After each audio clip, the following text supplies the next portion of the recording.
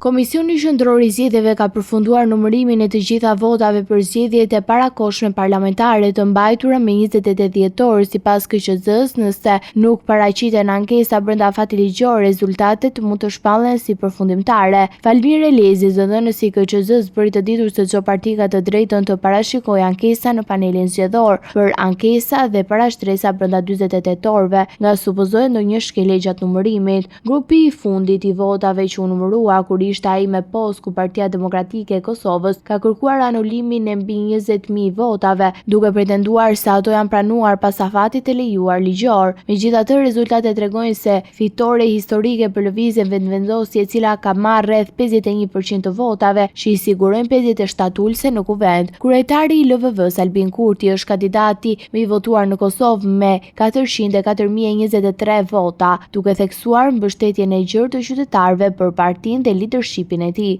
Partia Demokratike e Kosovës ka marrë rreth 20% të votave, që japin 22 mandate në parlament. Lidhja Demokratike e Kosovës ka siguruar 13% të votave ose 15 vende, ndërsa Aleanca për Ardhmërinë e Kosovës ka fituar 5.5% të votave, që japin 6 ulëse. Për komunitetin serb janë të rezervuara 10 mandate, nga të cilat 9 i ka marrë lista serbe dhe 1 Nenad Rashić, ndërsa 10 vende të tjera janë garantuar për komunitet pakicë të tjera. Ky rezultat tregon konsolidimin e LVV si partia kryesore në Kosovë dhe rrit mbështetjen për qeverisjen e Albin Kurtit, duke i dhënë mundësinë për të formuar një mandat të qartë në kuvendin e ri.